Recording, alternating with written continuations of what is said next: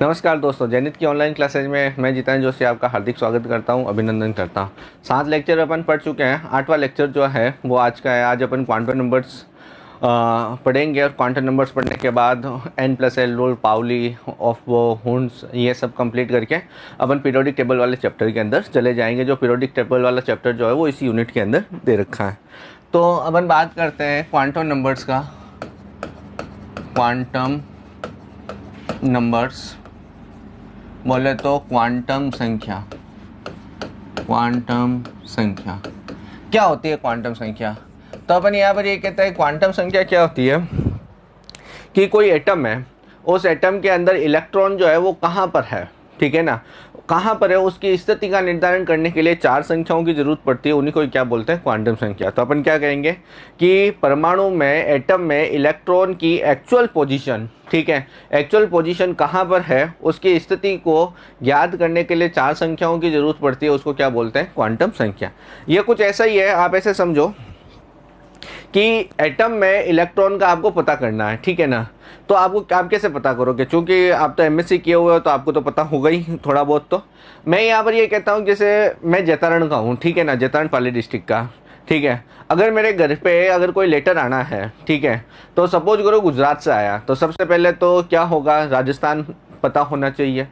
फिर स्टेट के बाद अपन यहाँ पर ये कहते हैं कि स्टेट के बाद आपको डिस्ट्रिक्ट पता होनी चाहिए।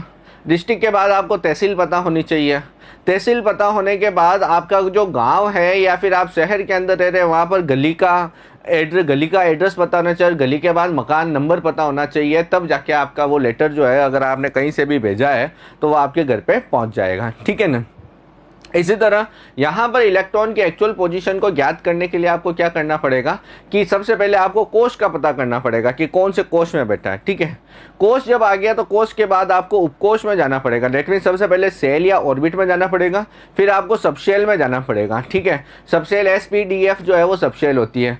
अब sp-df के अंदर भी क्या होता है? ऑर्बिटल्स होते हैं, ठीक है। तो उन ऑर्बिटल्स में जाना पड़ेगा और उस ऑर्बिटल के अंदर भी अगर अपन कह रहे हैं कि उनमें से कौन से ऑर्बिटल में इलेक्ट्रॉन बैठा है उसकी बात करनी। जैसे मैं यहाँ पर ये कहूँ कि सबसे पहले आपको अगर ये पता चल जाए कि साहब इलेक्ट्रॉन तीसरे कोश में बैठा है, तो आप सबसे पहले तीसरे कोश में जाओगे। तीसरे कोश के बाद आपको ये पता चले कि साहब वो डी सबशेल के अंदर बैठा है, ठीक है ना। तो आप क्या करोगे? 3s और 3p को साइड बाई करके 3d को देखोगे। अब 3d में आपके पास 5 कक्षक हैं, ऑर्बिटल्स हैं, ठीक है ना। अब 3d में 5 में से है तो अब आप ये करोगे कि इन 5 कक्षक में से जो है वो कौन सा कक्षक है। तो आप ये कहोगे कि साहब सबसे बीच वाला जो कक्षक है वहां पर है। इसका मतलब आप प्रिसाइज कर रहे हो। उसके बाद आप जानते हो कि एक कक्षक में 2 इलेक्ट्रॉन आते हैं, जो पाउली ने कहा था, और दोनों ऑपोजिट स्पिन के होते हैं। फिर आप ये कहोगे ऊपर मुंह वाला है या नीचे मुंह वाला है, ठीक है ना। तो आप कहोगे साहब ऊपर मुंह वाला है, तो आप उसको इलेक्ट्रॉन को पकड़ लोगे, ठीक है ना। तो इस तरह से आपको ये पकड़ना है। मैं आपको इसको इस तरह से भी कह सकता हूं कि जैसे एक होटल है, ठीक है ना, उस होटल के अंदर 4 फ्लोर है, ठीक है। तो अगर आपको एक्चुअल पोजीशन अगर पता करनी है तो आप क्या करोगे कि साहब 5 फ्लोर है, 5 फ्लोर में से एक कपल ठहरा हुआ है, तो उस कपल को अपन ये कहते हैं चौथे फ्लोर पे है, तो आप सबसे पहले चौथे फ्लोर पे जाओगे, ठीक है ना। चौथा फ्लोर जो है वो क्या हो गया? कोश हो गया। फिर आपको पता है तो कि एक रो कमरों की इधर होती है और एक रो कमरों की इधर होती है, ठीक है ना। अब इस रो के अंदर आप ये कहोगे कि साहब राइट हैंड साइड वाली रो में है, तो ये आपका उपकोश हो गया, ठीक है ना। उपकोश के बाद इसके अंदर अपन ये कह रहे हैं कि 5 कमरे हैं। 5 कमरों में से आप कहोगे साहब तीसरा नंबर वाला कमरा है, तो तीसरा नंबर वाला कमरा आपका क्या हो गया? कक्षक हो गया। और कक्षक के अंदर कपल ठहरा हुआ है, ठीक है ना। तो बॉय प्लस पॉजिटिव हाफ और लेडी जो है वो नेगेटिव हाफ। तो आप ये कहोगे प्लस हाफ वाले से बात करनी है, तो आप क्या करोगे? बॉय से बात कर लोगे प्लस हाफ। इस तरह से जो है वो अपन ये कहते हैं कि ये क्या होगा? डिटरमाइन होगा, ठीक है ना। तो अपन यहाँ पर ये कहते हैं कि एटम में इलेक्ट्रॉन की एक्चुअल पोजीशन को ज्ञात करने के लिए 4 संख्याओं की आवश्यकता होती है। 4 संख्याओं बोले तो नंबर्स की आवश्यकता मतलब रिक्वायरमेंट, आवश्यकता होती है। इन्हें क्वांटम नंबर कहते हैं, ठीक है ना। एक्चुअल पोजीशन का मतलब एड्रेस, ठीक है। मतलब कुछ इस तरह से होना चाहिए कि डाकिया जो है वो कंफ्यूज नहीं होना चाहिए, मतलब लेटर जो है वो एक्चुअल जगह पे पहुंच जाता है, वैसे वैसे आप एक्चुअल इलेक्ट्रॉन पे पहुंच जाने चाहिए इन चारों संख्याओं से, ठीक है ना। अगर इनकी टाइप की बात करें तो सबसे पहले जो है वो होती है मुख्य क्वांटम संख्या, मुख्य क्वांटम संख्या जिसको अपन बोलते हैं प्रिंसिपल क्वांटम नंबर्स, है ना, प्रिंसिपल क्वांटम नंबर्स, इसको n से रिप्रेजेंट करते हैं। दूसरा अपन कहते हैं दिगंसी क्वांटम संख्या, ठीक है, दिगंसी को आप सहायक भी लिख सकते हो, ठीक है ना, और आपको इसको गौण भी लिख सकते हो, ठीक है ना। दिगंसी के 3 नाम है, दिगंसी या सहायक या गौण क्वांटम संख्या, ठीक है ना। दिगंसी को बोलते हैं एजिमुथाइल, ठीक है। सहायक या गौण को अपन यहाँ पर सब्सिडरी बोल सकते हैं, सब्सिडरी। इसके साथ साथ एक और नाम है इसका, वो है द्वितीय क्वांटम संख्या, द्वितीय क्वांटम संख्या बोले तो सेकेंडरी क्वांटम नंबर्स, ठीक है। थर्ड की अगर अपन बात करें तो थर्ड जो है वो अपन यहाँ पर कहते हैं चुंबकीय क्वांटम संख्या, चुंबकीय क्वांटम संख्या, ठीक है ना। इसको बोलते हैं मैग्नेटिक, मैग्नेटिक क्वांटम नंबर्स। और चौथा जो है चुंबकीय के बाद अपन बोलते हैं चक्रण क्वांटम संख्या, चक्रण क्वांटम संख्या, क्वांटम संख्या, ठीक है। इसको अपन स्पिन बोलते हैं, स्पिन। इसको n से बताते हैं, इसको l से बताते हैं, इसको m से बताते हैं और इसको s से बताते हैं, ठीक है, n l m s। अगर मैं सिर्फ सरफेस लेवल से बात करूं तो ये कोश के बारे में बात करती है, शेल के बारे में या ऑर्बिट के बारे में आगे, ठीक है ना। इसको अपन उपकोश तक जाते हैं, कोश से अपन कहाँ गए, उपकोश बोले तो सबशेल, ठीक है। तीसरा यहाँ पर आप कक्षक के पास पहुंचे और यहाँ पर आप कहाँ पहुंचोगे, इलेक्ट्रॉन तक।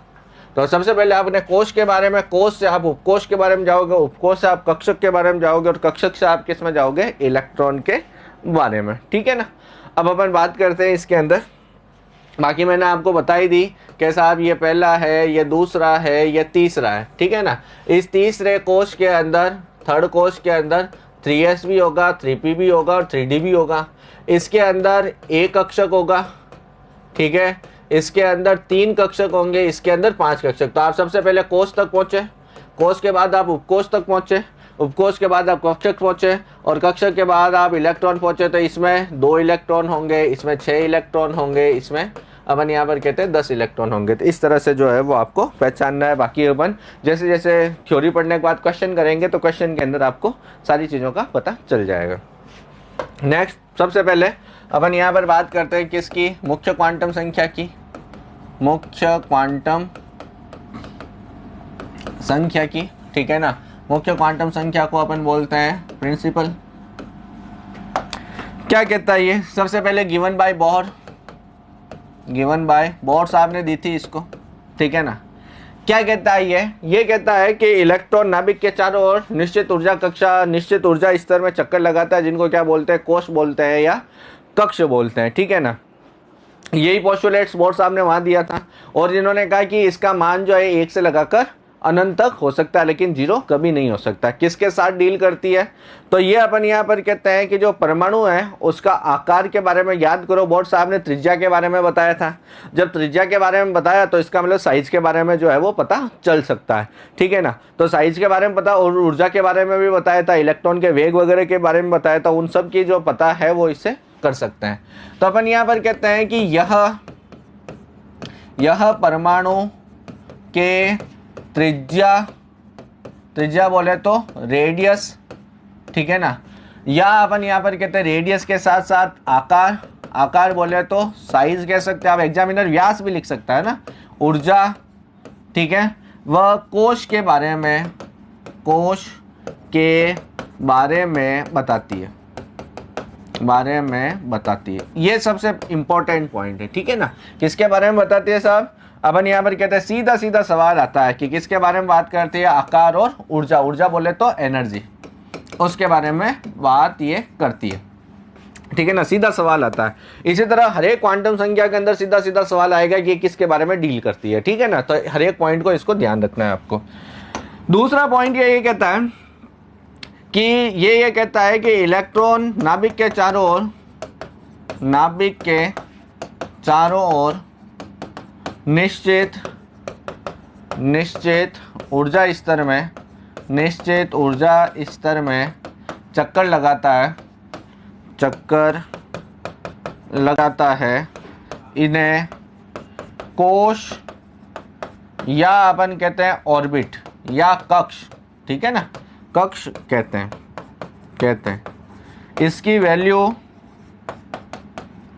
इसकी वैल्यू 1 से अनंत तक हो सकती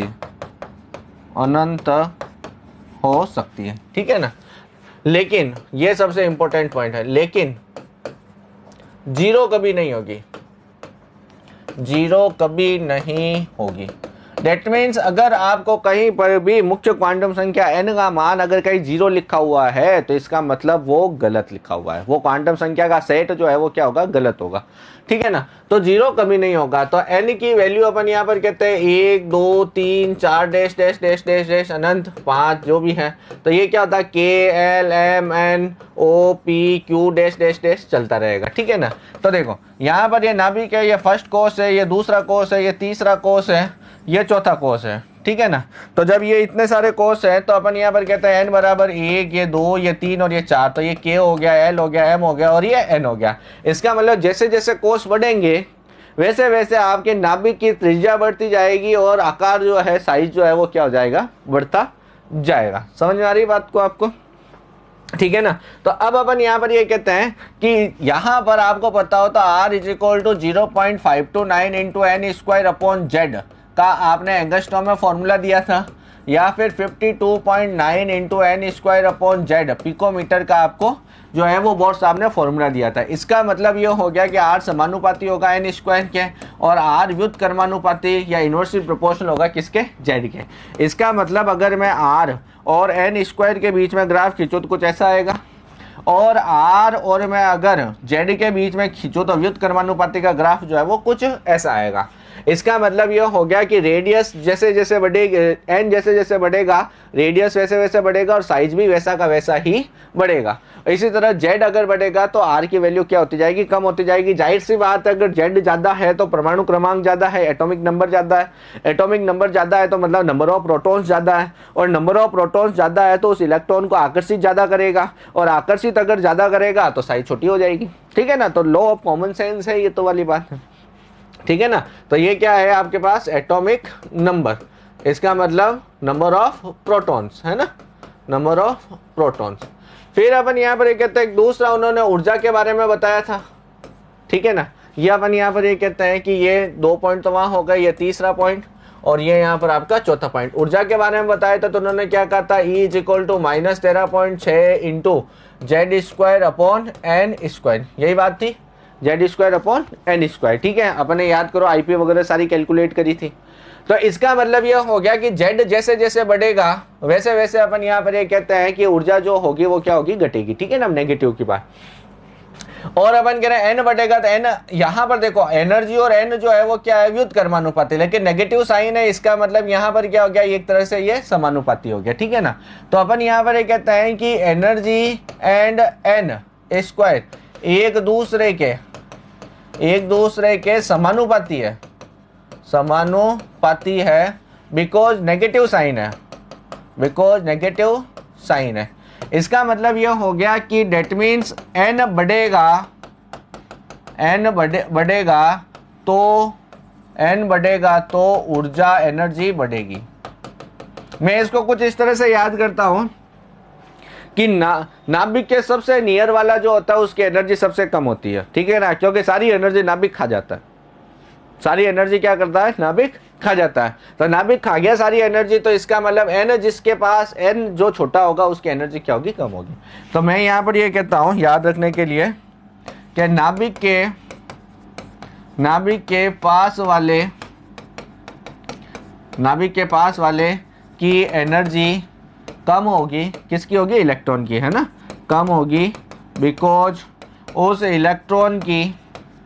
इलेक्ट्रॉन की सारी एनर्जी नाभिक खा जाता है, ठीक है ना। अब देखो, अब आपके पास अगर मैं ग्राफ की बात करूं तो अपन बात करते हैं, समझ में आ गए भाई, यहाँ तक चलते हैं आगे। तो आपका फॉर्मूला है energy is equal to -13.6 into z square upon n square. तो मैं अगर यहाँ पर ग्राफ खींचूँ एनर्जी और जेड के बीच में, तो जैसे जैसे जेड बढ़ेगा वैसे वैसे एनर्जी नेगेटिव में बढ़ेगी, तो इसका ग्राफ कुछ ऐसा आएगा, ठीक है ना। या फिर मैं कई बार वो एग्जामिनर जो है ना वो ऐसे ग्राफ दे देता है कि ये एनर्जी है और ये जेड स्क्वायर, ठीक है ना। ये ऐसा इसलिए ग्राफ देता है कि साहब आपको पता है कि ये पॉजिटिव होता है, ये पॉजिटिव होता है, इधर नेगेटिव होता है, इधर नेगेटिव होता है। तो वो एग्जामिनर क्या करता है, ये वाला जो पोर्शन है ना, ये वाला जो पोर्शन है, इस वाले पोर्शन को यहाँ पे ले लेता है और ये इस तरह से दिखाता रहता है, ठीक है ना। तो ये आपको ध्यान रखना। इसी तरह एनर्जी, और अगर आप उसकी बात करोगे एनर्जी और एन स्क्वायर के बारे में, तो मैंने आपको क्या कहा था कि वैसे दिखने में व्युत्क्रमानुपाती है, लेकिन चूंकि नेगेटिव साइन है इसलिए ये कैसा हो जाता है, समानुपाती हो जाता है, इसलिए ये ग्राफ कैसा आएगा, इस तरह से, ठीक है ना। इसके बाद आपको पता हो तो उसने वेलोसिटी के बारे में भी बात करी थी, ठीक है ना। तो वेलोसिटी के बारे में अपन यहाँ पर ये कहते हैं कि v is equal to 2.18 into 10⁸ into z upon n metre पर सेकंड की उसने बात करी थी। तो इसी तरह यहाँ पर जेड, v और जेड के बीच में ग्राफ खींचा जा सकता है, इस तरह से आ जाएगा, और v और n के बीच में ग्राफ खींचा जा सकता है जो व्युत्क्रमानुपाती का, इस तरह का जो ग्राफ है वो आ जाएगा, ठीक है ना। तो अपन ने ये कहा कि बोर साहब ने किसके बारे में बात करी, कक्ष के बारे में बताया, और मेन इंपॉर्टेंट जो है वो साइज के बारे में बताया, त्रिज्या के बारे में बताया, ऊर्जा के बारे में बताया और वेग के बारे में बताया। कई बार जो है वो एग्जामिनर जो है वो कंफ्यूज ऐसा ऑप्शन भी दे देता है कि ऊर्जा और आकार के बारे में बताता है, और एक ऑप्शन ऐसा भी दे देता है कि ऊर्जा और वेग के बारे में बताता है, ठीक है ना। अब आपके पास डिलेमा हो जाएगा कि यार दोनों के बारे में बताए तो किसके बारे में। तो कई बार उसको वेग के फॉर्मूले जो है ना, जो सरफेस या टीचर होता है, ठीक है ना, क्योंकि वो पेपर जो बनाते हैं, ठीक है ना, हमारे जैसों को तो देते नहीं है, पुराने डोकरी होते हैं, ठीक है ना। अब पुराने डोकरे होते हैं उनको इतनी नॉलेज होती है, ठीक है ना। अब जितनी नॉलेज होती है वो खास तौर से वो एनर्जी और जो है ना साइज के बारे में ही बात करते हैं। तो एनर्जी और साइज तो वो वेग वगैरह के फॉर्मूला ध्यान देते नहीं है, ठीक है ना। तो इस तरह से अगर करें ना तो एग्जामिनर के माइंड को पकड़ना और ये कहना है कि ऊर्जा और अपन ये कहते हैं साइज के बारे में ये डील करता है। अब अपन यहाँ पर ये कहते हैं कि नेक्स्ट बात करें अगर अपन, तो देखो ये कहता है कि कोश जो है ना, कोश में अगर मैं कहूं उपकोष कितने होते हैं, उपकोष, ठीक है ना। उपकोष बोले तो सबशेल है ना, सबशेल कितनी होती है, सबशेल होती है n के इक्वल, ठीक है। फिर अपन यहाँ पर कहते हैं कि उसके अंदर कक्षक कितने होते हैं, तो साहब कक्षक जो होते हैं ना बोले तो ऑर्बिटल, ठीक है ना। तो ऑर्बिटल होते हैं n स्क्वायर, और अगर इलेक्ट्रॉन के बारे में बात करें तो वो होता है 2n स्क्वायर। ये एक सवाल जो है वो आता है, कोश के अंदर उपकोष कितने होते हैं n के इक्वल, कक्षक कितने होते हैं n स्क्वायर के अकॉर्डिंग, और इलेक्ट्रॉन कितने होते हैं 2n स्क्वायर के अकॉर्डिंग। उसके बारे में बात कर लेते हैं कि साहब ये तो आपके पास है कोश, ठीक है ना, ये आपके पास है उपकोष, उपकोष बोले तो सबशेल, ठीक है। फिर अपन यहाँ पर कहते हैं कक्षक, और फिर अपन ये कहते हैं इलेक्ट्रॉन। देखो ध्यान रखना, एस पी जो है ना, पी एक उपकोष है, अपन रूटीन के अंदर कह देते हैं कि पी कक्षक, पी एक उपकोष है, सबशेल है, जिसके अंदर 3 कक्षक पाए जाते हैं, पी एक्स, पी वाई और पी जेड। दैट मीन्स कक्षक पी एक्स है या पी वाई है या पी जेड है, ठीक है ना। अगर सिंपल पी की बात करते हैं तो वो उपकोष होता है। अब ठीक है, अपन रूटीन लैंग्वेज के अंदर बोल देते हैं, उपकोष को कक्षक मान लेते हैं, ठीक है ना, लेकिन ये ध्यान रखना।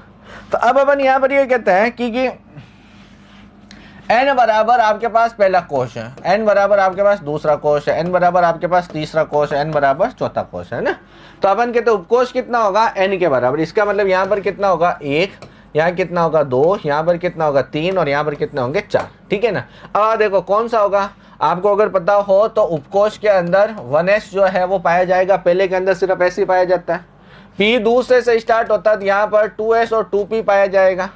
n बराबर 3 है तो 3 उपकोष होंगे, 3s, 3p और 3d, और 4 है तो 3s आ जाएगा, 4s आ जाएगा, 4p आ जाएगा, 4d आ जाएगा और 4f आ जाएगा, ठीक है ना।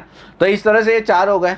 अब कक्षक की बात बताते हैं, तो आपको ये भी पता है कि s के अंदर 1 डब्बा पाया जाता है, कक्षक p के अंदर 3 पाए जाते हैं, d के अंदर अपन कहते हैं कि कितने पाए जाते हैं 5 पाए जाते हैं, और f के अंदर कितने पाए जाते हैं कि अपन यहाँ पे कहते हैं 7 पाए जाते हैं, ठीक है ना।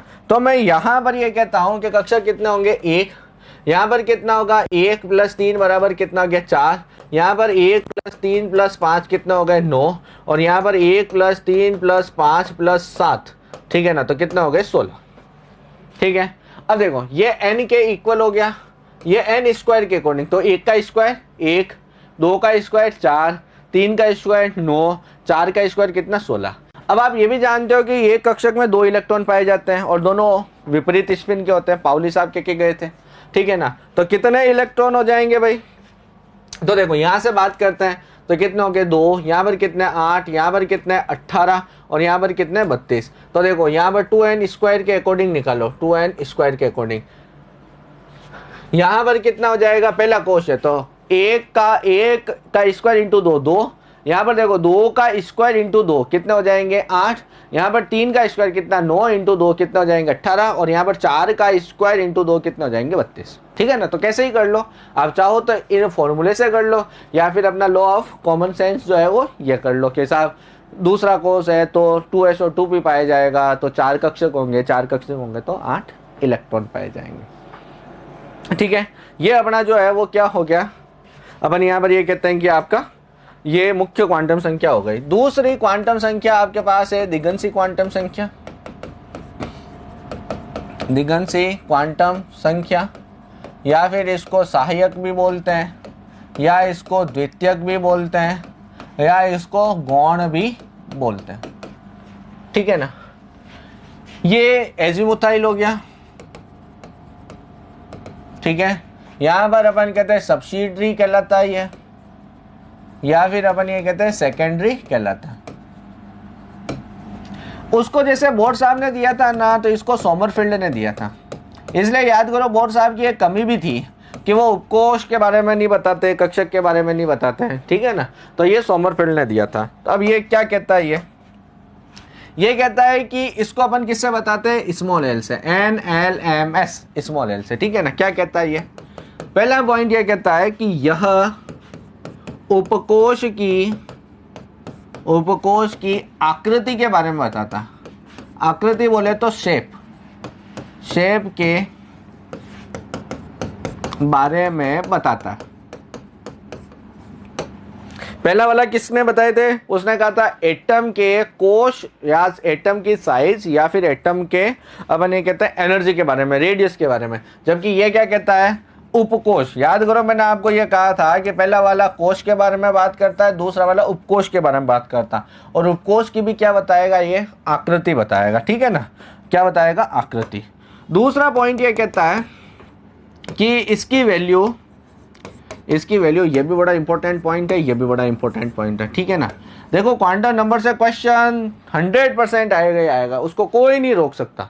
ठीक है ना, हुन्स पाउली ऑफबो से क्वेश्चन आएगा ही आएगा। मतलब ये समझ लो कि जो आज का ये लेक्चर है और इसका नेक्स्ट वाला लेक्चर है, उससे कम से कम 2 या फिर मैक्सिमम अपन कह रहे 2 या 4 क्वेश्चन जो है वो आने वाले हैं। ठीक है ना, तो यहाँ पर ये ध्यान रखना, इसकी वैल्यू 0 से n-1, 0 से n-1 तक हो सकती है, इसकी वैल्यू 0 से n-1 तक हो सकती है। लेकिन कभी भी n के समान का मतलब हो गया इक्वल या ज्यादा नहीं हो सकती। देखो जब आपने कह ही दिया कि साहब इसकी वैल्यू जो है ना वो 0 से n-1 तक हो सकती है। ठीक है ना, जब n-1 तक हो सकते हैं, n नहीं हो सकते और n से ज़्यादा नहीं हो सकते, और 0 से छोटा भी नहीं हो सकता। ठीक है ना, तो ये एक इंपॉर्टेंट पॉइंट है। अगर आगे अपन बात करेंगे कि कौन सा क्वांटम संख्या का सेट सही है, कौन सा गलत है, उसके अंदर ये सारे पॉइंट्स काम आएंगे। अब अपन यहाँ पर ये कहते हैं कि साहब जब अपन ने कह ही दिया कि 0 से n-1 तक हो सकती है, तो देखो l की वैल्यू 0 हो सकती है, 1 हो सकती है, 2 हो सकती है, 3 हो सकती है, 4 डैश डैश डैश कहाँ तक हो सकती है, n-1 तक। तो अगर आपकी वैल्यू 0 है, ठीक है ना, तो आपके पास उपकोष जो पाया जाएगा ना वो पाया जाएगा S। अगर आपके पास 1 है तो P, 2 है तो D, 3 है तो F। ठीक है ना, तो SPDF फिर आगे G, ऐसा करके जो है ना आगे आगे चलता रहेगा। लेकिन n के इक्वल या n से ज़्यादा जो है वो नहीं हो सकती है। इन 2 पॉइंट्स का ध्यान रखना। अब आगे अगर जो कि उपकोष की आकृति के बारे में बताया है तो आपको एस, पी, डी और एफ इनकी आकृति के बारे में भी आपको बात जो है वो करनी पड़ेगी। तो उसकी बात करते हैं अपन। पानी पी लेते हैं थोड़ा सा।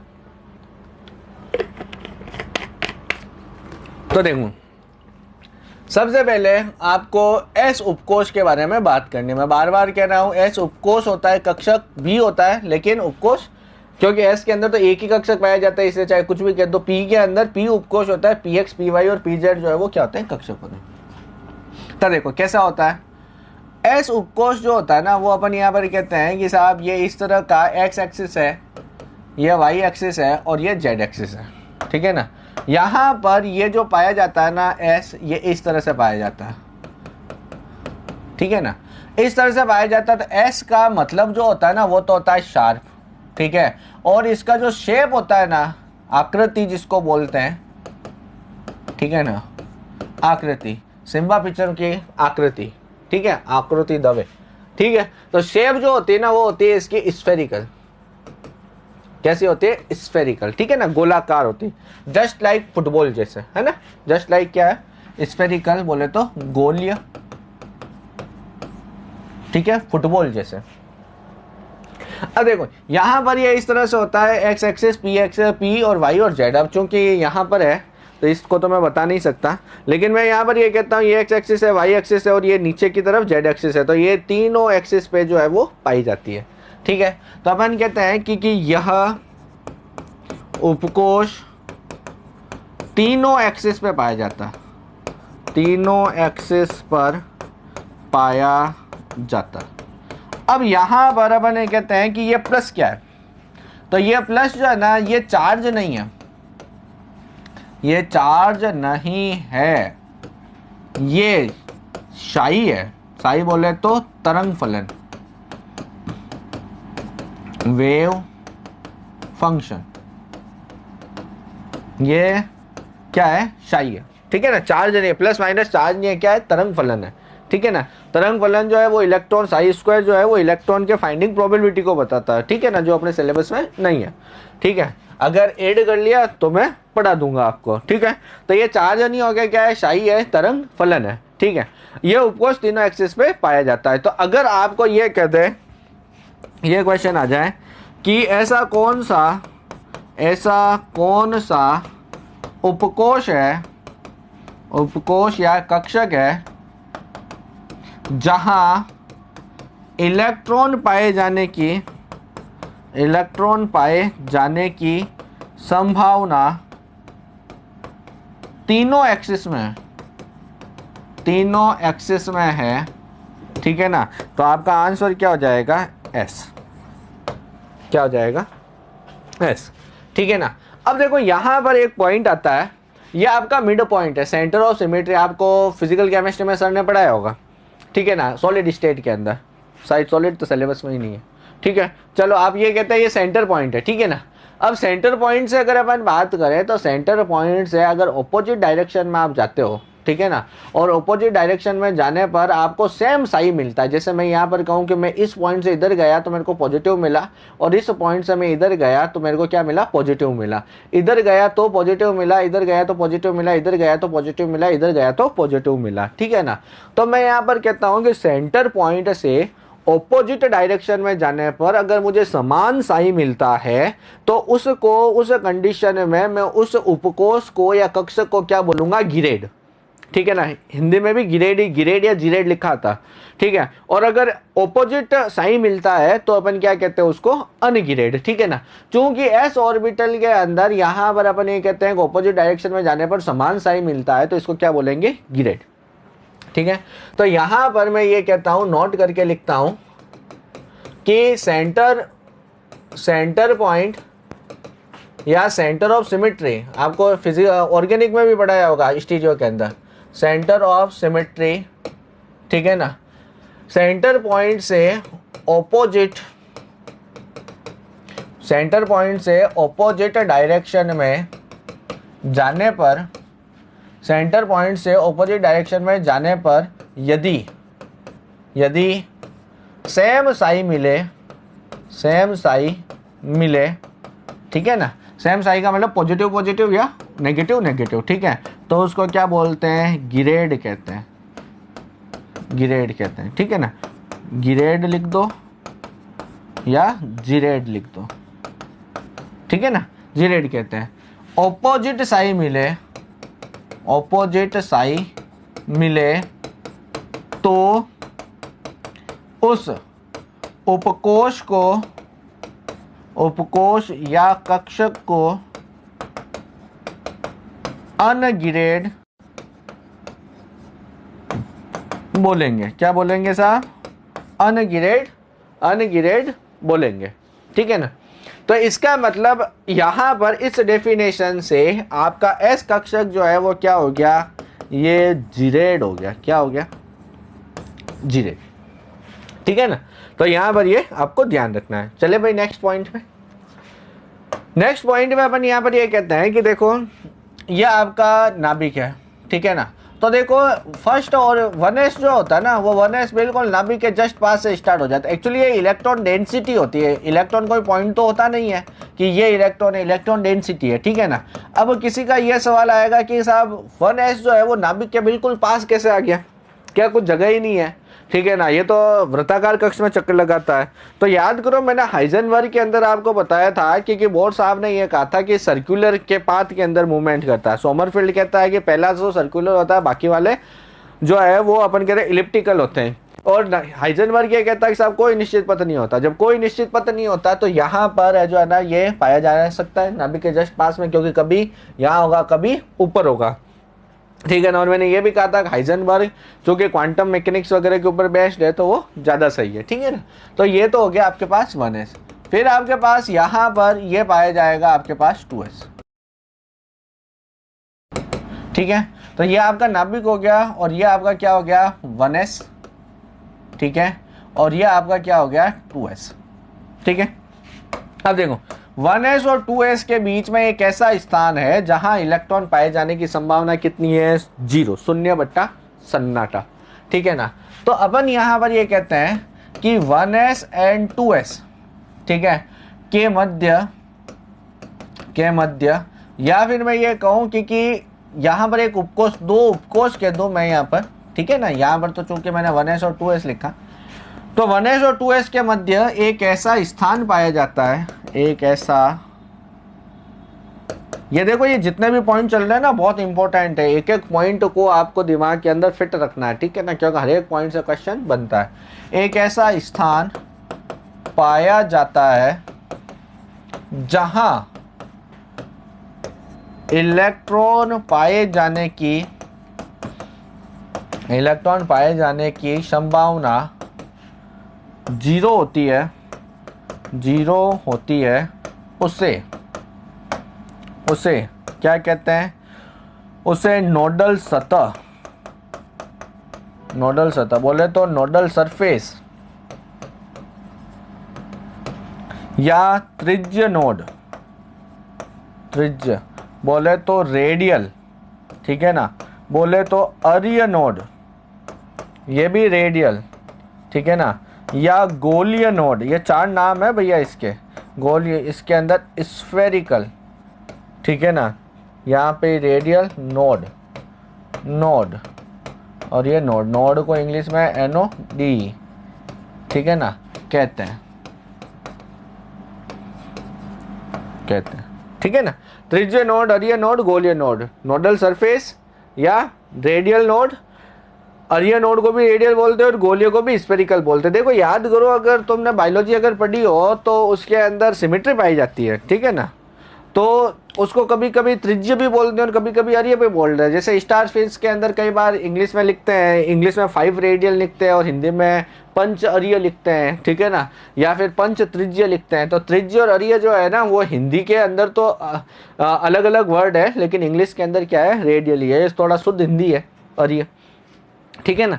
तो अपन यहाँ पर कहते हैं ये 4 नाम है, यहाँ पर ये ध्यान रखना, ठीक है ना, ये 4 नाम। अब ये जो नोडल सरफेस हुआ, ये सरफेस है ना, इलेक्ट्रॉन जहाँ पाए जाने की संभावना कितनी है, 0 है, उसको बोलते हैं अपन नोडल सतह, त्रिज्य नोड, अर्य नोड या गोलीय नोड।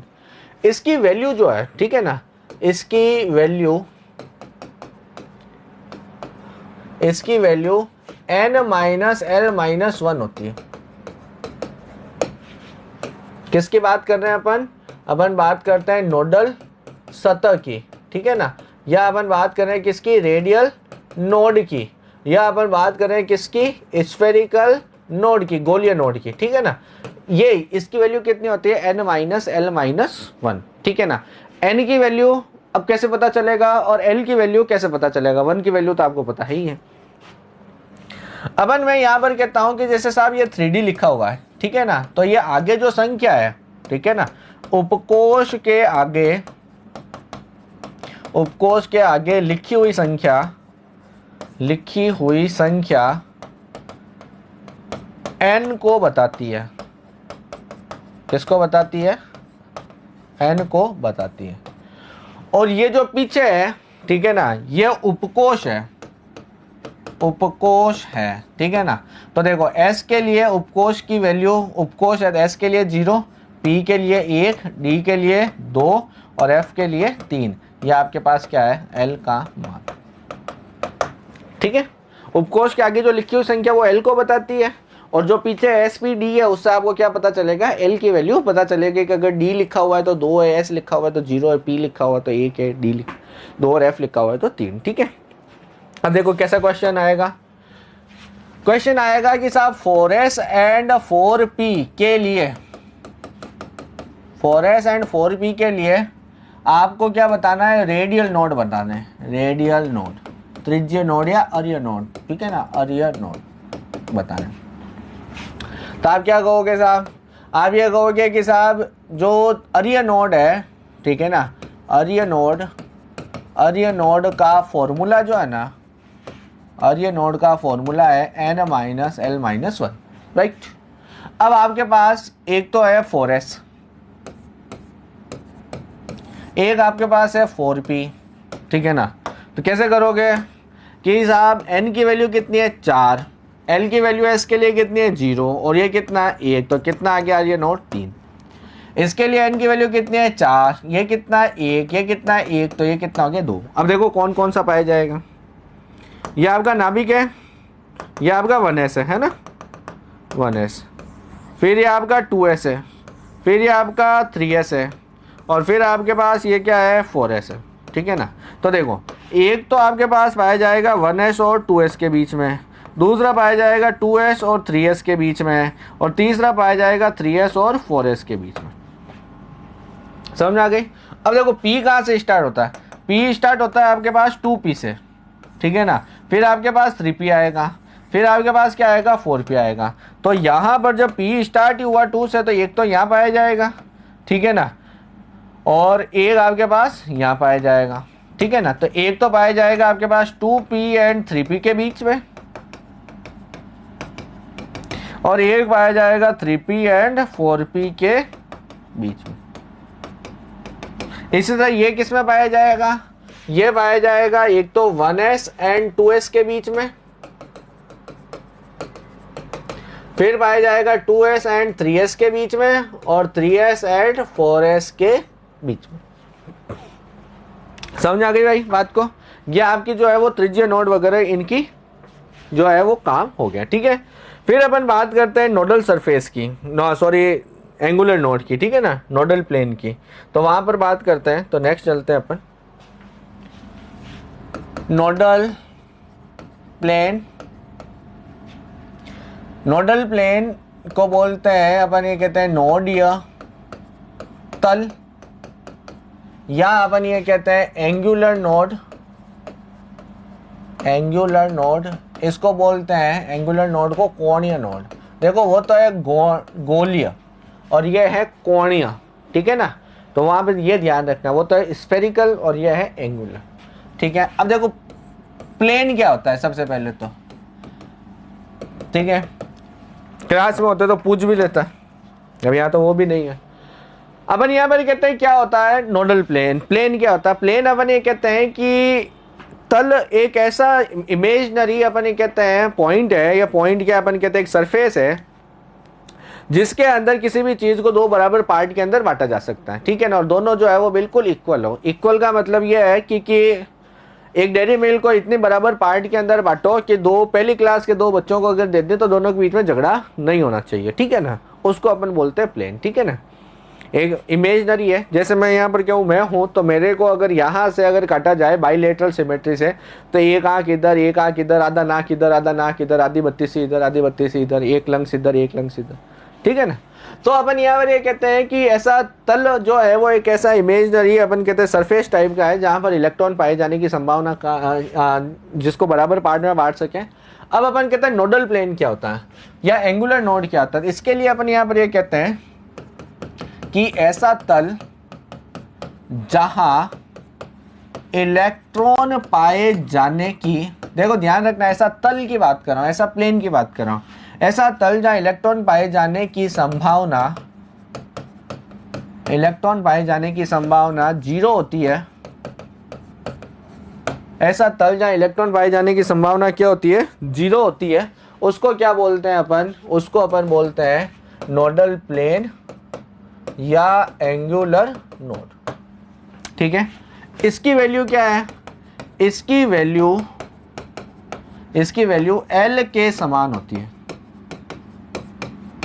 L के समान होती है, ठीक है ना। आगे D के अंदर स्पेशल इसकी बात करेंगे। तो इसका मतलब S के लिए नोडल प्लेन जो है वो कितने हो गए, 0। P के लिए नोडल प्लेन कितना हो गया, 1। D के स्पेसिफिक अपन उसकी बात अलग से करेंगे, ठीक है। अब देखो ये हो गया आपके पास। अब S के लिए 0 क्यों है, S के लिए 0 क्यों है, तो याद करो मैंने कहा था कि S ऑर्बिटल जो है वो नाभिक के चारों तरफ तीनों एक्सिस में पाया जाता है ना, तीनों एक्सिस में पाया जाता है। जब कोई चीज तीनों एक्सिस में पाया जाएगा तो ऐसा कोई तल आएगा ही नहीं जहां पे इलेक्ट्रॉन फाइंडिंग प्रोबेबिलिटी कितनी हो, 0 हो, ठीक है ना। P के लिए अपन बात करेंगे, ठीक है ना। तो अपन कहते हैं कि S के लिए नोडल प्लेन 0 क्यों है, बिकॉज S उपकोश या कक्षक कह दो, S उपकोश या कक्षक तीनों एक्सिस में पाया जाता है, तीनों एक्सिस में पाया जाता है। अतः ऐसा कोई तल होता ही नहीं है जहां इलेक्ट्रॉन पाए जाने की संभावना 0 होती है, ठीक है ना। S उपकोश तीनों एक्सिस में पाया जाता है, ऐसा कोई तल होता ही नहीं जहां इलेक्ट्रॉन पाए जाने की संभावना 0 होती, इसलिए यहाँ पर नहीं होती, ठीक है ना। अब देखो आगे बात करते हैं अपन, समझ में आ रही है बात यहाँ तक। तो देखो अब अपन यहाँ पर ये कहते हैं कि आपके पास एक तो है नोडल सतह, ठीक है ना, या रेडियल नोड, या अपन कहते हैं स्फेरिकल नोड, ठीक है ना। वो कितना है, n-l-1। दूसरा आपके पास है नोडल तल, ठीक है ना, नोडल प्लेन जिसको बोलते हैं, और ऊपर वाली क्या है, सरफेस, या फिर अपन कहते हैं एंगुलर नोड। उसकी वैल्यू कितनी है, L के समान, ठीक है ना। तो आपके पास टोटल नोड कितने हो गए, टोटल नोड होंगे radial node plus angular node, है या ना।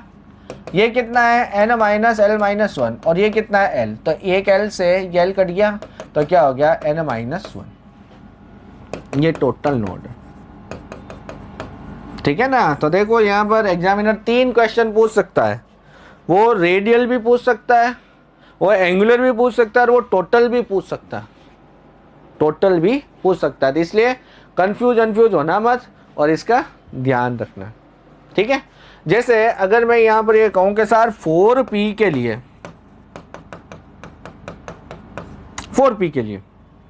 ठीक है ना।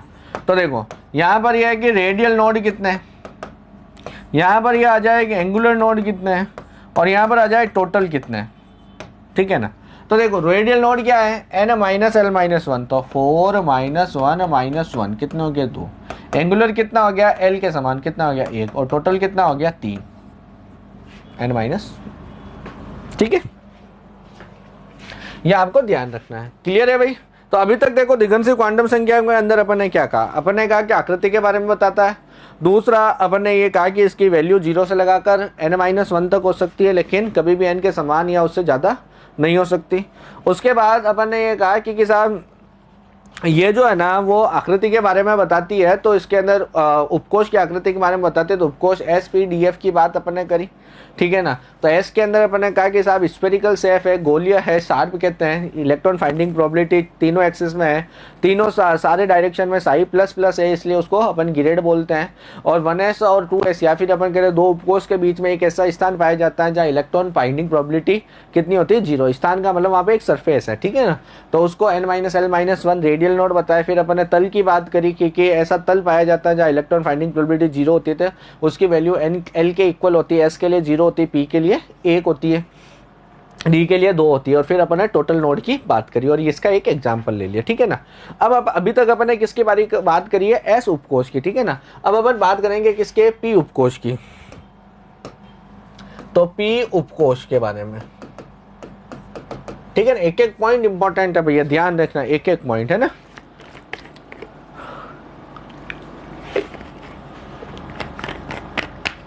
पी उपकोष के बारे में जब अपन बात करेंगे तो देखो, पी का मतलब होता है प्रिंसिपल, ठीक है ना। और इसकी जो आकृति है ना वो आकृति है डंबल शेप, डंबल शेप बोले तो डंबलाकार बॉडी बनाते हैं ना, जो डंबल होता है उसके जैसे, ठीक है ना।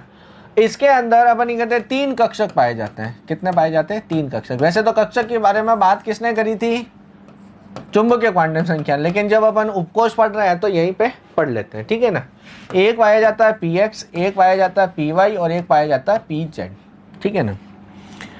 यहाँ पर ये px जो होता है ना वो कुछ इस तरह से होता है, इसकी लॉब x एक्सिस पे पाई जाती है, इसकी लॉब जो है वो y एक्सिस पे पाई जाती है और इसकी लॉब जो है वो z एक्सिस पे पाई जाती है, ठीक है ना। z एक्सिस पे पाई जाती है, ठीक है ना, ये z एक्सिस। अब देखो अपन ये कहते हैं क्या कैसे होगा, अगर x एक्सिस है ना तो लॉब x एक्सिस पे पाई जाती है कुछ इस तरह से, ठीक है। y एक्सिस पे पाई जाती है तो लॉब y एक्सिस पे पाई जाती है इस तरह से, और z एक्सिस पे पाई जाएगी तो लॉब जो है वो z एक्सिस पे पाई जाएगी कुछ इस तरह से। अब यहाँ पर इलेक्ट्रॉन जो साई है ना, एक साइड में तो होता है प्लस और एक साइड में होता है माइनस, कोई से भी डायरेक्शन ले सकते हो, प्लस और ये माइनस, और ये प्लस और ये माइनस, ठीक है ना, ये इस तरह से, ठीक है ना। अब एक जो साई होता है ना वो तो अपन कहते हैं कि बॉन्ड फॉर्मेशन को फेवर करता है, और एक जो है वो क्या करता है, अपोज करता है, उसके हिसाब से। अब देखो यहाँ पर अपन ये कहते हैं कि एक जगह ये सेंटर पॉइंट है आपका, इस सेंटर पॉइंट से आप इधर गए तो आपको साई मिला पॉजिटिव, और इधर गए तो आपको कैसा मिला, साई नेगेटिव। इसका मतलब ग्रेड हुआ अनग्रेड, अनग्रेड, ठीक है ना। तो इसका मतलब मैं ये कह सकता हूँ कि ये एक तो कैसा है, अनग्रेड है, ठीक है ना। और इसकी लॉब जो है ना वो कहाँ पाई जाती है, एक्सिस पर पाई जाती है, एक्सिस पर पाई जाती है। लॉब जो है वो कहाँ पाई जाती है, सा एक्सिस पर पाई जाती है। अब देखो, अब यहाँ पर अपन यहाँ पर ये कहते हैं कि ये px है, तो यहाँ पर नोडल तल कौन सा होगा, है ना। तो नोडल तल की बात करते हैं अपन। यहाँ पर अपन कहते हैं, यहाँ पर जगह लिख देता हूँ, नोडल तल। नोडल तल के लिए अपन ने क्या कहा था कि एक ऐसा तल है, ठीक है ना, ऐसा प्लेन है जो इलेक्ट्रॉन फाइंडिंग प्रोबेबिलिटी कितना कर दे, 0। तो देखो अब अपन यहाँ पर ये कहते हैं कि यहाँ पर मार्कर भी नहीं है, मार्कर 3 होते तो समझ जाए। यहाँ पर मैं ऐसा मान लो कि ये px एक्सिस है ना, तो इलेक्ट्रॉन फाइंडिंग प्रोबेबिलिटी देखो इस पूरी लॉब पे होगी, इस पूरी लॉब पे होगी, लेकिन जो ये मिड पॉइंट है ना इसमें इलेक्ट्रॉन फाइंडिंग प्रोबेबिलिटी 0, ठीक है ना। तो मैं अगर इसको यहाँ पर ये कहूँ कि अगर देसी लैंग्वेज के अंदर मैं अगर बोलूँ तो मैं कहूँ कि एक ऐसा तल जहाँ पर ये लॉब इलेक्ट्रॉन फाइंडिंग प्रोबेबिलिटी 0 हो, और ये लॉब जो है ना, ये पालिया जो है वो कटे नहीं, कटनी नहीं चाहिए, ठीक है ना। तो नहीं कटे तो उसकी पोजीशन ये मिड पॉइंट से ही होके जाता है।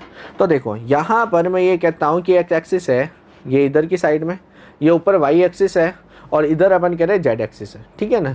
तो इस मिड पॉइंट में ये वाला तल जो होगा वही है जो है ना, एक ऐसा तल होगा जहाँ पर इलेक्ट्रॉन फाइंडिंग प्रोबेबिलिटी 0 होगी, और ये दोनों 50-50% में कट जाएंगे, ठीक है ना। और अपन कहते हैं लॉब को टच भी नहीं करेगा।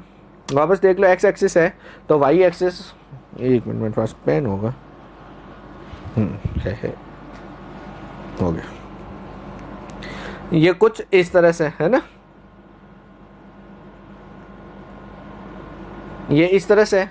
तो देखो एक लोब तो ये दिख रहा है ना आपको, ये 3 पेन, एक लोब तो ये इस तरह से है, ठीक है ना। इस मिड पॉइंट पर कोई लोब नहीं है, तो मैं यहाँ से एक तल निकाल लूंगा, तो यहाँ पर ये दोनों जो है वो 50-50% कर जाएंगे। तो देखो एक तो ये तल वाई एक्सिस में हो गया और एक किस में हो गया, जेड एक्सिस में। तो ये तल कौन सा हो गया, वाई जेड, ठीक है। अगर मैं यहाँ पर ये कहूँ कि अगर ये वाई इस तरह से लोब है तो ये तल आएगा, ये तल कौन सा, एक्स एक्सिस और जेड एक्सिस। तो वाई के लिए क्या हो जाएगा, एक्स और जेड। अगर मैं इसकी बात करूंगा तो देखो आधी लोब तो इधर होगी और आधी लोब इधर मेरे साइड में होगी, ठीक है ना। जब इधर होगी तो ये वाला प्लेन काम आएगा, ये वाला प्लेन किस में होगा, वाई एक्स और वाई के अंदर। समझ में आ रही है बात को, ठीक है ना। तो अपन यहाँ पर ये कहते हैं कि मैं इसको इस तरह से कह सकता हूँ कि नोडल तल अगर एक्स एक्सिस है तो ये किस में पाया जाएगा, वाई जेड तल में, ठीक है ना। अगर वाई है तो जेड एक्स में और जेड है तो एक्स वाई तल में। देखो कितने मजे की बात है, एक्स है तो वाई जेड, वाई है तो जेड एक्स, जेड है तो एक्स वाई। क्लियर है भाई, ठीक है। ये आपका जो है वो कौन सा हो गया, पी उपकोष, ठीक है ना। अब अपन बात करते हैं किसकी, नेक्स्ट पेज की बात करते हैं। नेक्स्ट आपके पास है डी उपकोष। अगर कोई कंफ्यूजन है तो वापस से एक बार रिपीट कर लेना, ठीक है ना। चीजें सारी मैंने वेल एक्सप्लेन कर दी है, आपको धीरे धीरे अपने आप समझ में आ जाएगी, ठीक है ना। डी उपकोष, डी का मतलब होता है डिफ्यूज्ड, ठीक है ना। और इसकी आकृति जो है ना वो होती है डबल डंबल, डबल डंबल, ठीक है ना। आकृति क्या होती है, डबल डंबल, ठीक है ना। अब अपन यहाँ पर ये कहते हैं कि साहब ये डी उपकोष है ना, इसमें 5 समभ्रंश कक्षक होते हैं, 5 समभ्रंश कक्षक होते हैं, समभ्रंश कक्षक होते हैं। समभ्रंश का मतलब होता है डीजनरेट, समभ्रंश का मतलब होता है डीजनरेट। डीजनरेट का मतलब होता है जिसकी ऊर्जा समान हो, जिसकी ऊर्जा समान हो, ठीक है ना। बाद में वो अलग बात है, कोऑर्डिनेशन के अंदर बात करेंगे, सीएफटी के अंदर के साथ जैसे लिगेंड आता है उसके अंदर स्प्लिटिंग हो जाती है, ठीक है ना। T2G अलग हो जाता है, EG अलग हो जाता है, डिपेंड करता है कि एक्सिस की ओर से आ रहा है या इन बिटवीन एक्सिस की ओर, उसके बाद अपन वहाँ पर करें, ठीक है ना। ये 5 डी कक्षक जो होते हैं, इन 5 डी कक्षक में से एक तो होता है T2G और एक होता है EG, ठीक है ना। T2G का मतलब होता है ट्रिपली डी जनरेट, वापस से जब लिगेंड के प्रेजेंस में आएगा तो ये, और ये जो होता है वो क्या होता है, डबली डी जनरेट, ठीक है ना। ये लिगेंड की प्रेजेंस में, बाकी आप 5 समभ्रंश ही कहोगे। ट्रिपली डी जनरेट में क्या होता है, जिसकी लोब जो है, पालियां जिसको बोलते हैं, पालियां लोब एक्सिस के बीच में हो, एक्सिस के बीच में हो, ठीक है ना। ये कौन कौन से पाए जाते हैं, ये पाया जाता है d x y, d y z और डी जेड एक्स, ठीक है। डबली डी जनरेट के अंदर जिनकी लोब एक्सिस पर पाई जाती है, एक्सिस पर पाई जाती है, ठीक है ना, उनको ये बोलते हैं, ये होता है d x square y square, ठीक है ना, d x square y square और डी जेड स्क्वायर। ये माइनस माइनस नहीं होता है, कई जने बोले d x square minus y square, y minus क्या होता है, ठीक है ना। माइनस माइनस कुछ नहीं, हाइफन है ये, ठीक है ना, डैश है, ठीक है ना। D x square y square और डी जेड स्क्वायर, ठीक है। अब देखो इसकी कैसी आकृति है तो अपन बना लेते हैं। तो आपके पास 5 कक्षक हो गए, d x y, d y z, d z x, d x square y square और डी जेड स्क्वायर, ठीक है। अब देखो कैसे, अपन यहाँ पर ये कहते हैं कि साहब ये अगर मैं डी एक्स वाई की बनाऊं, ठीक है ना, तो मैंने क्या कहा था, लोब जो है वो एक्सिस के बीच में पाई जाती है। अब देखो यहाँ पर अपन बना रहे हैं 2D के अंदर, ठीक है ना, तो थोड़ा सा इसके अंदर ध्यान रखना है, बाकी 3D में तो कोई दिक्कत आती नहीं है। तो देखो यहाँ पर अपन ये कहते हैं कि कैसे होगा, लोब एक्स एक्सिस और वाई एक्सिस के बीच में पाई जाएगी, ठीक है ना। तो कैसे पाई जाएगी, तो देखो एक लोब तो हो गई आपकी ये वाली एक्स एक्सिस और वाई एक्सिस के बीच में, ठीक है। अब दूसरी लोब है ना इसके ठीक 90 डिग्री पे होती है, ठीक है ना। तो मैं यहां पर कहता हूं कि दूसरी लोब फर्स्ट लोब के ठीक 90 डिग्री होती है।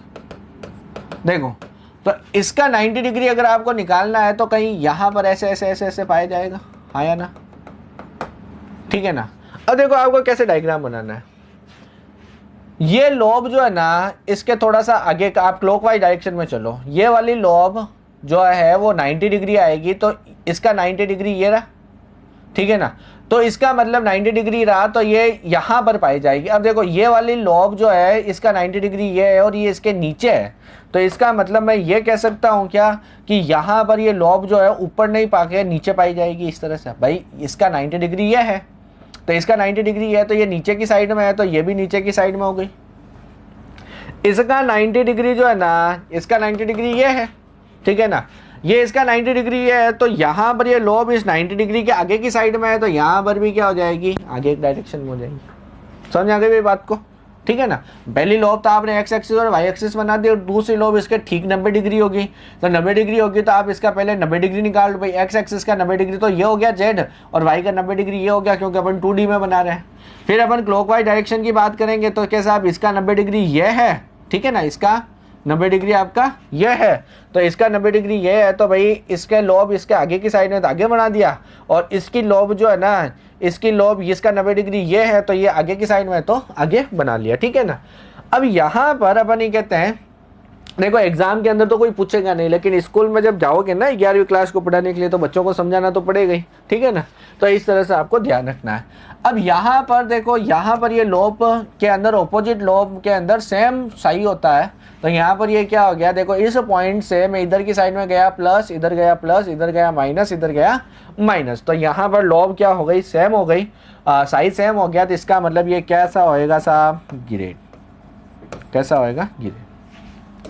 अगर मेरे को यहाँ पर अगर वाई जेड बनाना हो, ठीक है ना, तो मैं कैसे बनाऊंगा, ये एक्स एक्सिस है, ये वाई है और ये जेड है, ठीक है ना।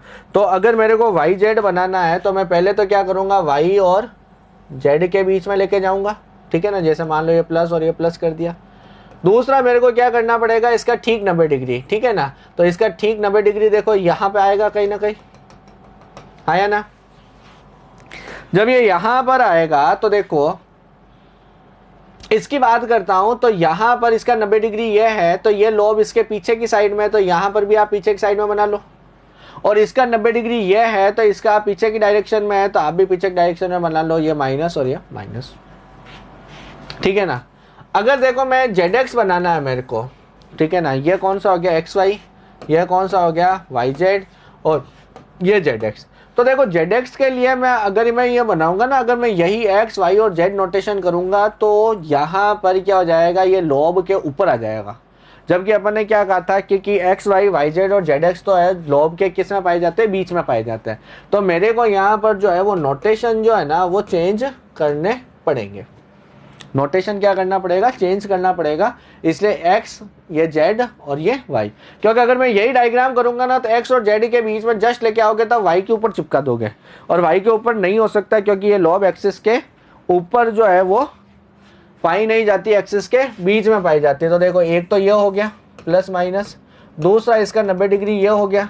जैसे ये इसका 90 डिग्री होगा, ठीक है ना, तो एक लोब तो यहाँ पाई जाएगी और एक लोब यहाँ पाई जाएगी, ये माइनस और ये माइनस, ठीक है ना।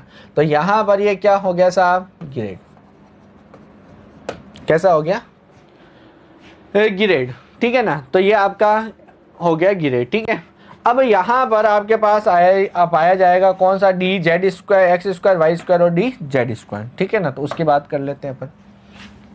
तो d x square y square, ठीक है ना। तो देखो कैसा होगा, बहुत इजी है ये वाला। तो एक्स हो गया, ये वाई हो गया और ये जेड हो गया। लोब कहाँ पाई जाएगी, एक्सिस पे, तो ये एक्स एक्सिस पे चिपका दिया, ये वाई एक्सिस पे चिपका दिया, ये प्लस और ये माइनस और ये माइनस। ये भी कैसा होगा, ग्रेड, ठीक है। अब अपन यहाँ पर ये कहते हैं नेक्स्ट वाले पीछे वाले के अंदर अपन यहाँ पर ये बात कर लेते हैं एक और, कि यहाँ पर अगर आप नोडल प्लेन की बात करनी है आपको, है ना, नोडल प्लेन की, तो देखो कितने पाए जाएंगे, एल के ही समान पाए जाएंगे, तो आपको 2 हो जाएंगे। तो देखो आपके पास एक्स वाई है, ठीक है ना, तो कहाँ पर नहीं है मैं याद करने के लिए बता देता हूँ, जेड नहीं है, तो एक बार तो जेड का एक्स के साथ जोड़ा और एक का जेड का वाई के साथ जोड़ा। यहाँ पे कौन नहीं है, एक्स है, एक्स नहीं है, ठीक है ना, तो एक तो एक्स वाई हो गया और एक अपन कह रहे हैं एक्स जेड हो गया। यहाँ पर कौन नहीं है, वाई है, तो वाई जेड हो गया और जेड एक्स हो गया। ये आपके पास जो है वो क्या हो गया, नोडल तल हो गया। ये भी आपका क्या हो गया, नोडल तल हो गया, ठीक है ना। तो वहां पर नोडल तल के अंदर हमेशा 2 एक्सिस आएगी ना, क्योंकि तल है 2 डायमेंशनल होगा। तो पी के अंदर तो क्या था, एक्स है तो वाई जेड, वाई है तो जेड एक्स, जेड है तो एक्स वाई।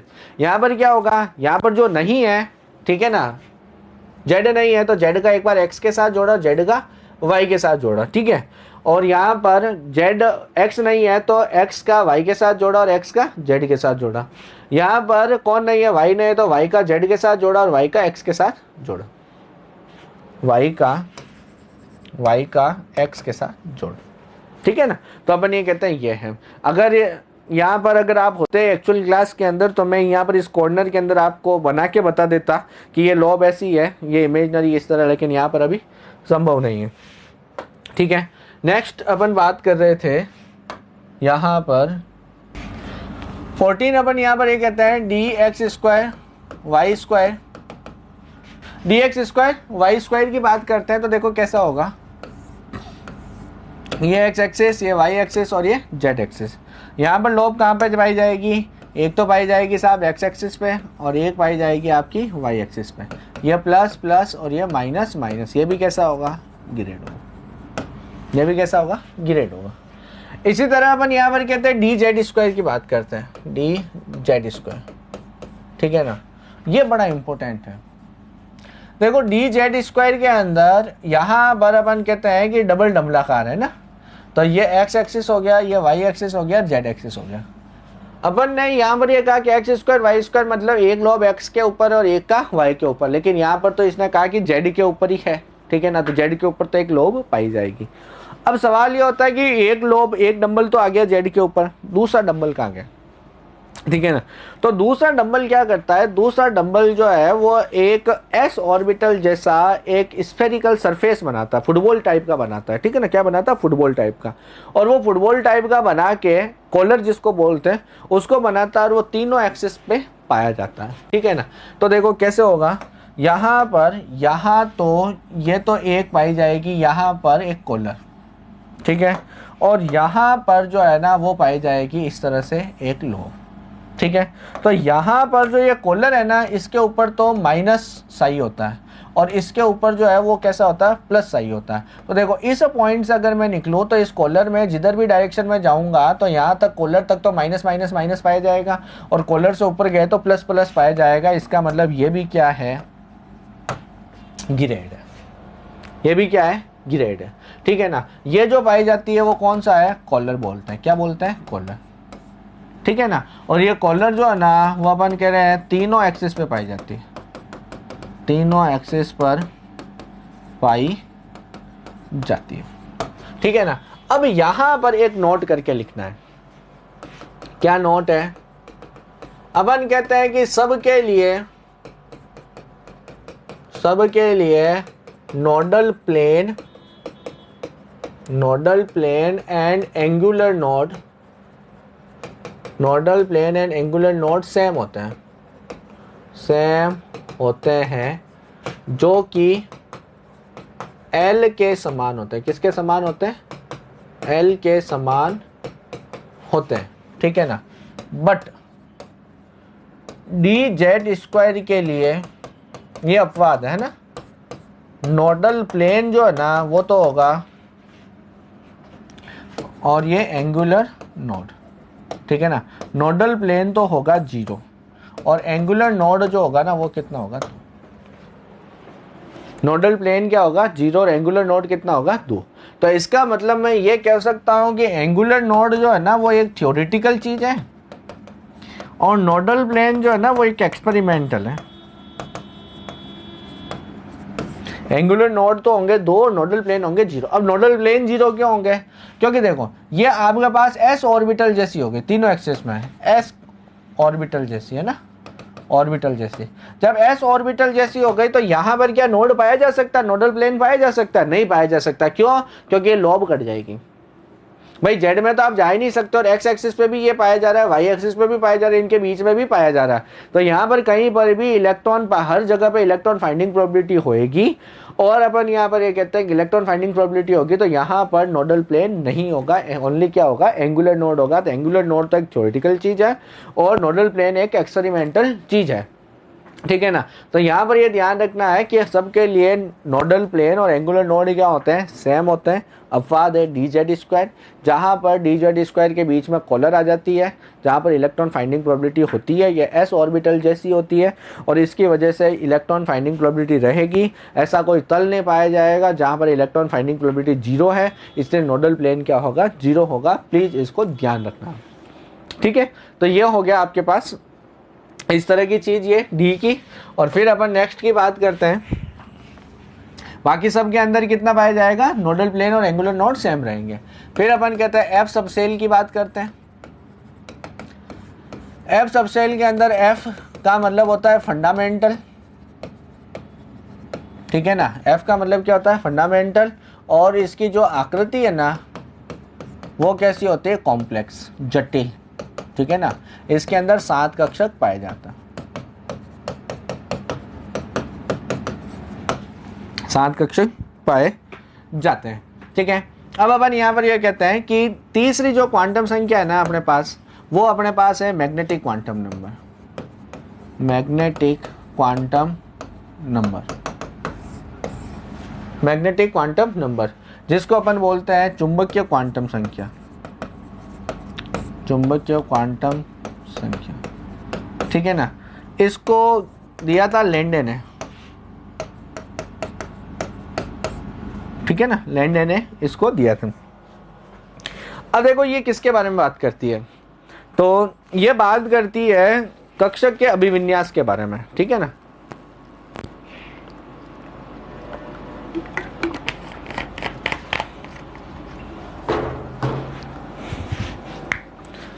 अपन यहां पर ये कहते हैं कि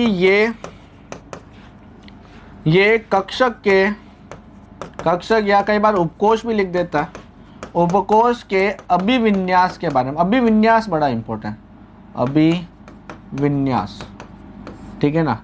बोले तो ओरिएंटेशन के बारे में बताता है। किसके बारे में बताता है, ओरिएंटेशन। इसको किससे बताते हैं, स्मॉल एम से, बड़ा इंपॉर्टेंट। तो पहला वाला तो बताता है ऊर्जा के बारे में, आकार के बारे में। दूसरा बताता है उपकोष की आकृति के बारे में। तीसरा बताता है कक्षक या उपकोष के अभिविन्यास के बारे में, बोले तो ओरिएंटेशन के बारे में, ठीक है ना। अब अपन यहाँ पर ये कहते हैं कि स्मॉल एम से बताते हैं इसको। तो कैसे होता है वो, अपन कहते हैं कि जब उपकोष को चुंबकीय क्षेत्र में रखते हैं, चुंबकीय मतलब मैग्नेटिक फील्ड, चुंबकीय क्षेत्र में रखते हैं, बोले तो मैग्नेटिक फील्ड, ठीक है ना, रखते हैं, तो वो विपाटित होकर, विपाटित बोले तो स्प्लिटिंग होकर कक्षक का निर्माण करते हैं, कक्षक का निर्माण करते हैं। विपाटित होकर किसका निर्माण करते हैं, कक्षक का निर्माण करते हैं। अब अपन यहाँ पर ये कहते हैं कि यहाँ पर कक्षक का निर्माण करते हैं तो इसकी वैल्यू कितनी होती है, ठीक है ना। तो वैल्यू होती है साहब -L से 0 से +L तक, -L से m की वैल्यू ऑफ m है ना, वैल्यू ऑफ m कितनी होगी, -L से 0 से लगाकर +L तक जो है इसकी वैल्यू होगी। तो देखो टोटल वैल्यू कितनी हो गई, एक तो ये L, एक ये L, ठीक है ना, और एक ये 0, तो क्या हो गया, 2 तो L हो गया और एक 0, 1 हो गया। तो अपन कह रहे हैं टोटल वैल्यू कितनी होगी, टोटल वैल्यू होगी 2L+1, टोटल वैल्यू क्या होगी, 2L+1। और यही टोटल वैल्यू जो है वो क्या होती है, उपकोष में उपस्थित कक्षक की संख्या। टोटल वैल्यू कितनी हो गई 2l+1। भाई एक एल ये हो गया, एक एल ये हो गया और एक ये 0 हो गया, तो 2l+1 हो गया टोटल वैल्यू, ठीक है ना। और यही क्या कहलाती है, उपकोष में उपस्थित कक्षक की संख्या। अभी सवाल पूछूंगा, ठीक है ना, गलत जवाब दोगे, ठीक है। तो अब अपन यहां पर कहते हैं कि स्प्लिटिंग m से l, तो यहां पर एक नोट करके लिखते हैं कि m की वैल्यू माइनस, आगे पूछूंगा ध्यान रखना, m की वैल्यू -l से छोटी व +l से बड़ी नहीं हो सकती, बड़ी नहीं हो सकती है। क्या कह रहे हैं, m की वैल्यू -l से छोटी और +m से बड़ी नहीं हो सकती। डेट मीन्स अगर l की वैल्यू 2 है तो m की वैल्यू -2 हो सकती है, +2 हो सकती है, लेकिन -3 नहीं हो सकती और +3 नहीं हो सकती, ठीक है ना। तो यहां अपन ये कहते हैं कि ये चीज है। अब नेक्स्ट की बात करते हैं, ठीक है। तो अपन यहां पर ये कहते हैं कि देखो कैसे होएगा, यहां पर आपके पास s उपकोष है, ठीक है ना। s उपकोष के लिए l की वैल्यू कितनी है 0, ठीक है ना।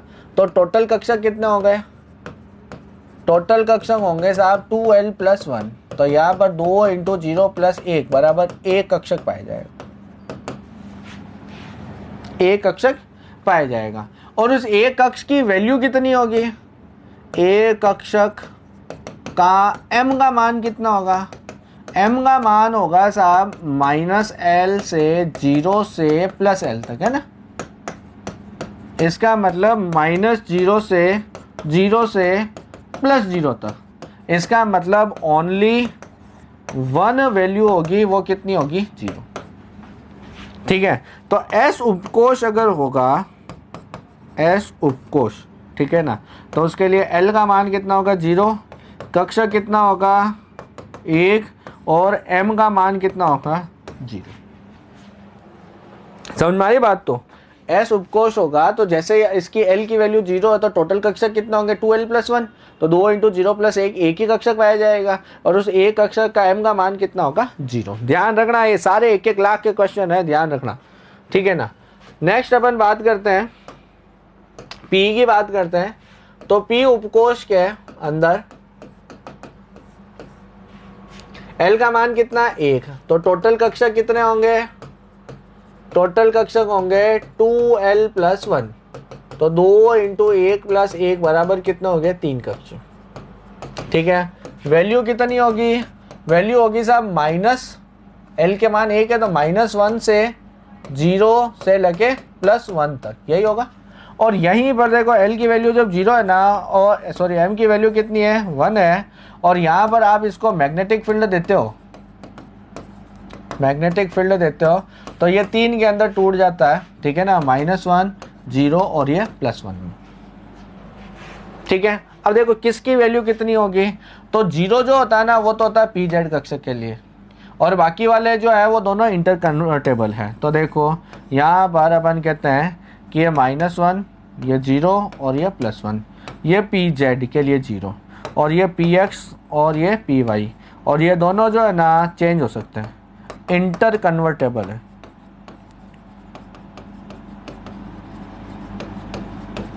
क्या है, इंटर कन्वर्टेबल है। इंटर कन्वर्टेबल का मतलब समझते हो, इसका मतलब मैं यहाँ पर नोट करके लिख देता हूँ पहले।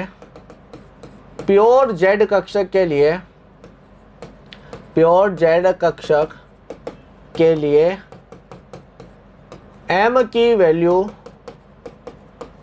सदैव 0 होगी, यहाँ पर ध्यान रखना, ठीक है ना। इसका मतलब अगर आप pz है और m की वैल्यू 0 लिखी हुई है तो वो बिल्कुल सही है, लेकिन अगर pz है और m की वैल्यू +1 लिखा है तो वो गलत है, ठीक है ना। अगर आपके पास px है -1 लिखा हुआ है तो भी सही है, +1 लिखा हुआ है px के लिए तो भी सही है, लेकिन अगर px के लिए 0 लिखा हुआ है तो गलत है। इसका मतलब अगर आपके पास आपने -1 कह रखा है, ठीक है ना, तो इसका मतलब px भी सही है और py भी सही है, दोनों सही है। pz अगर है तो वो क्या है, गलत है, ठीक है ना। इसी तरह अगर पी वाई है, ठीक है ना, तो -1 बिल्कुल सही है, +1 बिल्कुल सही है, ठीक है ना। लेकिन अगर उसके लिए 0 लिखा हुआ है तो गलत है।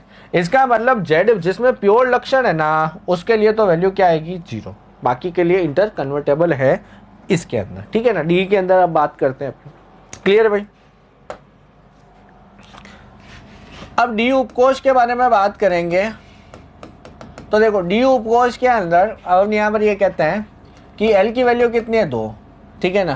तो 2 एल है तो टोटल कक्षक कितने होंगे, टोटल कक्षक होंगे 2l + 1। इसका मतलब 2 × 2 + 1 बराबर 5 कक्षक। अपन ये कहते हैं ना अभी तक जो सीख के आए कि एस के अंदर 1 कक्षक पाया जाता है, पी के अंदर 3 पाया जाता है, डी के अंदर 5 पाया जाता है, एफ के अंदर 7 पाया जाता है, ठीक है ना। तो ये इससे पाया जाता है, ठीक है ना, चुंबकीय क्वांटम संख्या से। तो अब अपन यहाँ पर ये कहते हैं कि ये वैल्यू जो होगी 5 कक्षक पाए जाएंगे। तो 5 कक्षक कहाँ होंगे, -l से लगाकर -2 से लगाकर +2 तक, ठीक है ना। तो देखो कैसे कटेंगे ये, ठीक है, ये -2 -1 0 +1 और +1। अब देखो आपके पास, आप ये मेरे को बताओ कि किसके लिए 0 होनी चाहिए, ठीक है, प्योर जेड लक्षण के लिए। और प्योर जेड लक्षण वाला कौन है, प्योर जेड लक्षण वाला है dz²। कौन है, dz², ठीक है ना। अब अपन यहाँ पर कहते हैं कि देखो ये क्या कैसे पाया जाएगा, dxy dyz, अभी मैं बताता हूँ आपको, ये dzx और ये dx² y², ये दोनों इंटर कन्वर्टेबल है और ये दोनों इंटर कन्वर्टेबल है। अभी बात करते हैं कैसे।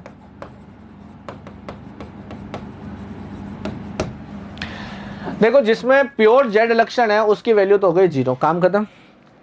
अब कुछ एक 2 कक्षक तो ऐसे हैं जिसमें 50% जेड लक्षण है, क्योंकि अपन ये आप कहते हैं कि वाई जेड और जेड एक्स के अंदर एक जेड कंपोनेंट और एक वाई कंपोनेंट है, तो 50% हो गया जेड कंपोनेंट। इसके अंदर भी 50% जेड कंपोनेंट हो गया। और ये एक्स वाई के अंदर जेड कंपोनेंट बिल्कुल नहीं है और x² y² में भी जेड कंपोनेंट बिल्कुल नहीं है। तो देखो जिसमें 100% जेड कंपोनेंट उसकी वैल्यू 0, जिसके अंदर 50% जेड कंपोनेंट उसकी वैल्यू +1 -1, और जिसके अंदर 0% जेड कंपोनेंट उसकी वैल्यू कितनी, -2 और +2। और ये दोनों इंटर कन्वर्टेबल है, ठीक है ना। इसका मतलब मैं ये कहूँ कि साहब अगर मैंने dz² कह दिया, ठीक है ना, तो m की वैल्यू 0 ही होगी। अगर आप +1 कहते हो तो गलत होगी, -1 कहते हो तो गलत होगी, -2 कहते हो तो गलत होगी, +2 कहते हो तो गलत होगी। लेकिन अगर आप dx² y² कहते हो तो +2 भी सही है, -2 भी सही है, 0 गलत है, +1 गलत है, +2 गलत, सॉरी -1 जो है वो क्या है, गलत है। समझ आ गई बात को। अगर आप dxy कहते हो या dzx कहते हो, ठीक है ना, तो 0 गलत है, क्योंकि 0 तो z² के लिए होता है। 50% जेड कंपोनेंट है, +1 सही है, -1 सही है, ठीक है ना, +2 गलत है, -2 गलत है। समझ आ रही बात को। ये सवाल ये काम आएंगे कौन से क्वांटम नंबर के सेट सही है और कौन से क्वांटम नंबर के सेट गलत है। अब अपन यहां पर ये कहते हैं कि साहब एफ उपकोष के बारे में बात करते हैं। एफ उपकोष, ठीक है ना। एफ उपकोष का मतलब होता है, एफ का मतलब फंडामेंटल आपको मैंने बता ही दिया। और यहाँ पर टोटल कक्षक जो होंगे, एल की वैल्यू कितनी है 3, तो टोटल कक्षक कितने होंगे 2l + 1 बराबर 2 × 3 + 1 बराबर कितने हो गए 7। ये -3 -2 -1 0 +1 +2 और +3 जो है वो इस तरह से पाए जाएंगे, ठीक है ना। ये इस तरह से जो है वो पाया जाएगा। अब देखो मैं आपसे क्वेश्चन पूछता हूं आगे। अब आपके पास 4 क्वेश्चन बनते हैं। देखो एक तो अपन यहां पर ये कहते हैं कि कोश में कक्षक की संख्या, पहला क्वेश्चन। दूसरा मैं ये कहता हूं उपकोश में, यहां ध्यान रखना बहुत गड़बड़ होती है, उपकोश में कक्षक की संख्या। तीसरा मैं यहां पर कहता हूं कोश में इलेक्ट्रॉन की संख्या। और चौथा यहां पर कहता हूं कोश में, उपकोश में इलेक्ट्रॉन की संख्या। हाँ भैया, कोश में कक्षक की संख्या, देखो कोश मतलब ऑर्बिट, ऑर्बिट का मतलब बोर्ड साहब के अंदर सबसे पहले उपकोश की संख्या n के बराबर, ठीक है ना, कक्षक की संख्या n स्क्वायर के बराबर और इलेक्ट्रॉन की संख्या 2n स्क्वायर के बराबर।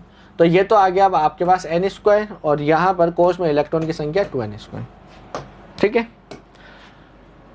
ध्यान रखना है यहाँ पे ना, ऐसे नहीं कि इलेक्ट्रॉन की संख्या देखते ही 2n स्क्वायर चेप दो, उपकोश में इलेक्ट्रॉन की संख्या अलग आएगी, कक्षक में इलेक्ट्रॉन की संख्या अलग आएगी। उपकोश में कक्षक की संख्या, एक उपकोश में कक्षक की संख्या पाई जाती है, कितनी होती है 2l+1, कितनी पाई जाती है 2l+1। इसको एग्जामिनर जो है ना वो ऐसे लिखता है समेशन ऑफ 2l+1, जहाँ पर l की वैल्यू कहाँ से कहाँ तक होती है, l की वैल्यू होती है 0 से लगाकर l की वैल्यू n-1 तक। अभी 2-4 साल पहले ही IT एडवांस में आ रखा है सवाल, ठीक है ना, l की वैल्यू 0 से लगाकर n-1 तक होती है 2l+1। अब देखो उपकोश में जब कक्षक की संख्या ये है तो उपकोश में इलेक्ट्रॉन की संख्या क्या होगी, जस्ट डबल हो जाएगी, ठीक है ना। तो यहाँ पर क्या हो जाएगा 2 × 2l+1, तो इसका मतलब 4l+2 होगा। तो यहाँ पर एग्जामिनर आपको ऐसा लिख सकता है 2 2l+1, l की वैल्यू जहाँ पर 0 से लगाकर n-1 तक, या फिर अपन कहते हैं समेशन ऑफ l की वैल्यू 0 से n-1 तक, ठीक है ना, और यहाँ पर क्या हो जाएगा 4l+2, ठीक है ना। अगर आपको यही पूछ ले कि आप कक्षक की संख्या, या एक कक्षक में 5, अगर ये पूछ ले एक कक्षक में इलेक्ट्रॉन की संख्या, ये तो सबको ही पता होगा, ठीक है ना, इतना टुच्चा सवाल तो पूछेगा नहीं। कितना हो गया 2, एक ऊपर मुंह वाला एक नीचे। ये 4 क्वेश्चन बड़े इंपॉर्टेंट है, ध्यान रखना इसको, ठीक है ना, खास तौर से ये वाला और ये वाला, ठीक है ना। अच्छा क्वेश्चन, अब अपन यहाँ पर ये कहते हैं ये हो गया। अब अपने पास बचा है चक्रण क्वांटम संख्या ना, तो 19 के अंदर अपन यहाँ पर ये कहते हैं चौथा चक्रण क्वांटम संख्या, इसको बोलते हैं स्पिन क्वांटम नंबर्स, ठीक है ना, इसको बताते हैं S से।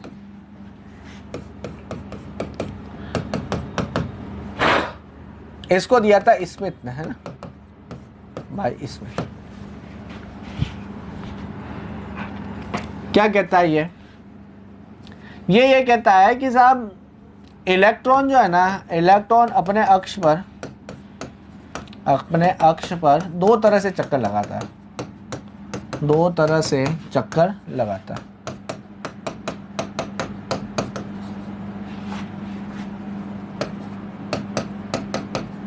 दो तरह से चक्कर लगाता है भाई, इलेक्ट्रॉन 2 तरह से चक्कर लगाता है, एक तो नाभिक के चारों और एक अपने अक्ष पे, है ना। तो अक्ष पे जो मतलब एक्सिस पे, एक तो वो अपन यहाँ पर कहते हैं ये नाभिक है और यहाँ पर ये इलेक्ट्रॉन है, तो एक तो ये क्लॉकवाइज लगा सकता है, ठीक है, और दूसरा जो है ना वो अपन यहाँ पर ये कहते हैं कि एंटी क्लॉकवाइज लगा सकते हैं, क्लॉकवाइज और एंटी क्लॉकवाइज। तो जो क्लॉकवाइज लगाता है ना उसको ऊपर मुंह का इलेक्ट्रॉन बोलते हैं, उसकी वैल्यू कितनी होती है +r, और जो एंटी क्लॉकवाइज लगाता है ना उसको नीचे मुंह वाला इलेक्ट्रॉन बोलते हैं और उसकी वैल्यू कितनी होती है -r, ठीक है ना, +r और -r। यहाँ पर एक चीज का ध्यान रखना, नोट करके, स्पिन क्वांटम नंबर का साई से कोई लेना देना नहीं। यहाँ मैं इसको बोला सरोकार नहीं, ठीक है ना। एकमात्र ऐसी क्वांटम संख्या है जिसका साई से कोई सरोकार नहीं है, ठीक है ना। अब देखो नेक्स्ट अपन यहाँ पर ये कहते हैं कि इसके की पॉइंट्स बता देता हूँ मैं आपको। ये की पॉइंट्स आप याद करना, नेक्स्ट लेक्चर के अंदर काम आएगा, क्योंकि 20 ही पन्ने हैं यहाँ पर, 20 के 20 भर दिए, ठीक है ना। बाकी तो मैं यहीं पे हैंड टू हैंड क्वेश्चन करा लेता, लेकिन अब नहीं है, पन्ने ही खत्म हो गए। तो देखो की पॉइंट्स, फर्स्ट अपन कहते हैं n की वैल्यू, ध्यान रखना n की वैल्यू 1 से अनंत तक हो सकती है बट 0 नहीं होगी, जीरो नहीं होगी तो नेगेटिव भी नहीं होगी, ठीक है ना। अगर है तो वो क्वांटम नंबर का सेट गलत है। क्या है? गलत है। नंबर 2, L की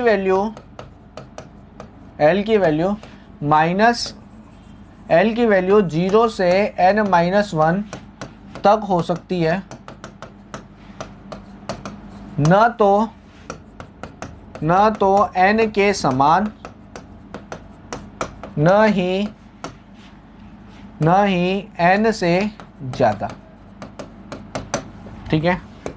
अगर ये हो गया, समान हो गया, तो वो क्वांटम नंबर का सेट गलत है। m की वैल्यू माइनस L से 0 से प्लस L तक, माइनस L से 0 से प्लस L तक होगी, ना तो माइनस L से छोटी, ना प्लस L से बड़ी। अगर है तो वो गलत है। चौथा, S की ओनली 2 वैल्यू होगी, प्लस हाफ और माइनस हाफ। ये 4 पॉइंट ध्यान रखना है। ये 4 पॉइंट की पॉइंट्स कहाँ काम आएंगे?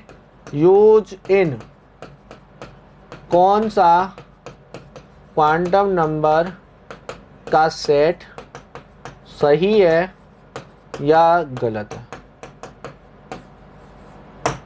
क्वांटम नंबर का सेट सही है या गलत है, ठीक है ना। उसके अंदर जो है वो ये काम आएगी। तो देखो, आज अपन ने क्वांटम नंबर्स पढ़े हैं, पेज खत्म हो गए। अपन नेक्स्ट क्लास के अंदर जो है वो अपन किसकी बात करेंगे कि कौन सा है क्वांटम नंबर का सेट सही है गलत है। अगर सही है, गलत है तो क्यों गलत है, और सही है तो वो इलेक्ट्रॉन कहाँ पर एग्जिस्ट करता है, ठीक है।